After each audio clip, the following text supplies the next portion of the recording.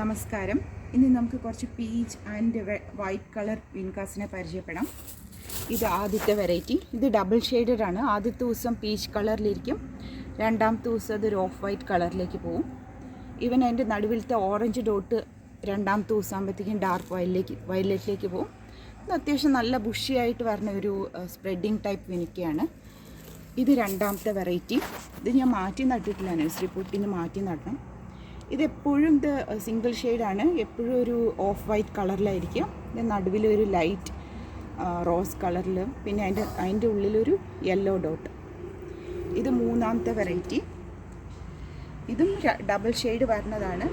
ആദ്യത്തെ ദിവസം പീച്ച് കളറും രണ്ടാമത്തെ ദിവസം ആകുമ്പോഴത്തേക്കും ഒരു ലൈറ്റ് ഓഫ് വൈറ്റ് കളറിലേക്ക് വരും. ഇത് രണ്ടും ഒരേപോലെയൊക്കെ ഇരിക്കുമെങ്കിലും ഇത് രണ്ടാണ്. എൻ്റെ നടുവിലത്തെ ഒരു ഡിഫറൻസ് നോക്കിയാൽ അറിയാം. പിന്നെ ഇത് പിന്നെ കളറ് മാറില്ല, അങ്ങനെയാണ് ഇതിൻ്റെ ഡിഫറൻസ്. ഇത് മൂന്നാമത്തെ ഒരു പീച്ച് വെറൈറ്റിയാണ്. ഇതിൻ്റെ നടുവിൽ നോക്കിയാൽ അറിയാം, ഇതും കുറച്ച് വ്യത്യാസങ്ങളേ ഉള്ളൂ.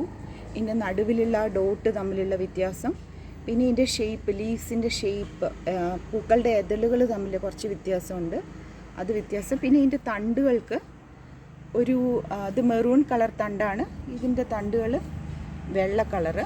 ഇത് കുറച്ചും കൂടി കുറ്റി പോലെ അപ്രൈറ്റ് വിനിക്കാൻ നിന്ന് കുറ്റിയായിട്ട് മുകളിലേക്ക് പോകാനാണ് തോന്നുന്നു. ഇത് വേറെ ഒരു വൈറ്റാണ്. വൈറ്റ് ഇത് കുറച്ച് സാധാരണ വൈറ്റ് അല്ല, കുറച്ച് വലിപ്പം കൂടുതലുണ്ട്. ഇത് നല്ല അത്യാവശ്യം ബുഷിയാക്കി നമ്മൾ പ്രൂണൊക്കെ ചെയ്ത് ബുഷിയാക്കി വെച്ചിട്ടുണ്ട്. അതാണിപ്പോൾ ഒരു 5 കളർ പീച്ച് ആൻഡ് വൈറ്റിലുള്ള വിൻകാസ്.